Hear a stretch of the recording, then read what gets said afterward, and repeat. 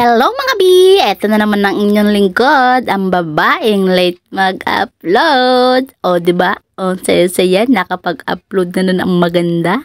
O ano pag hinihintay mo? Manood ka na. Eto na nga. Nagising kasi ako isang umaga. Grabe ang hair ko. Sobrang ganda. Gusto ko nang lumipad kasi nawawala pa yung langis ko.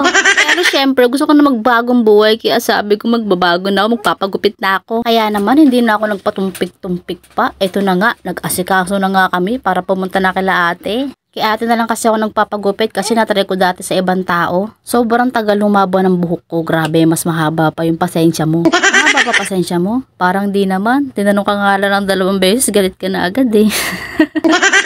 Siyempre ganun din ako, dami-dami na tayo dito, walang mabait sa pamilyang to, lahat tayo dito magagalitin. So ito na nga, nagbabay na muna kami sa amin daddy kasi for sure 10 years na naman kami mawawala neto. Ayan kasi si daddy, kung saan man ako pupunta, hindi ako pinagbabawalan yan. Kung gusto ko makapagkita sa mga kaibigan ko, sa kapatid ko, sa ate ko, kahit ilang araw pa kami yan, hindi kami sinusundo niyan, hinayaan lang ako niyan eh. O diba nakalimutan nyo na ba? Diba nagsasama na lang kami para sa mga bata? Charis. Pero kapag siya magpapaalam, magiinom sa ganto, pupunta sa ganto, syempre galit na galit ako. Ewan ko ba, bakit lagi akong galit kapag nagpapaalam siya. Pero pag ako yung aalis, naku, ihatid pa kami niyan, meron pa kaming kiss. So, balik na tayo sa video. Naiwan para namin yung tuta, kaya si Ken Ken, pinabalik ko siya. Sabi ko kasi, sasabay na namin itong mga tuta para maibigay na kila ate. Tapos, nauna pa kami sa purse, kami lang yung tao sa bus.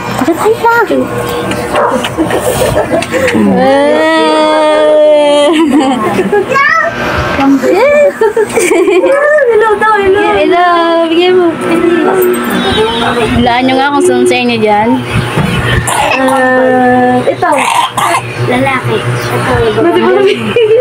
Ba't ang sexy na? At ayun na nga, hindi ko na pinag-almusal si ate. Sabi ko sa kanya, gupitan niya na agad ako ng buhok kasi nanggigigil ako. Gusto ko nang gumanda.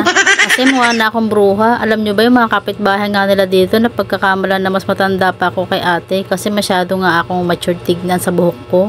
Akala tuloy nila ako yung mas matanda kay ate. Pero ang totoo niyan, 1 taon lang naman yung tanda sa akin ni ate. Magkadikit lang talaga kami ng edad niyan. Tapos, yung mga bata kami, napagkakamalang kaming kambal.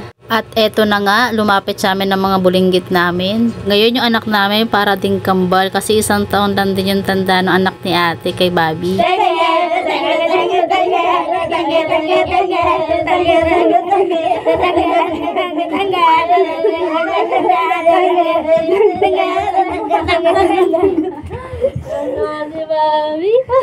Pinagbigyan lang namin yung mga bata at charan, tapos na. Okay. At dahil ang ganda-ganda ko na, uuwi na kami. Thank you, Tel. Love you, Mama. Salamat sa panonood. Sana may magandang mangyari sa'yo. Hanggang dito na lang. Ang saya-saya ni Bobby. Ang ganda lang ng Mami. Bye-bye.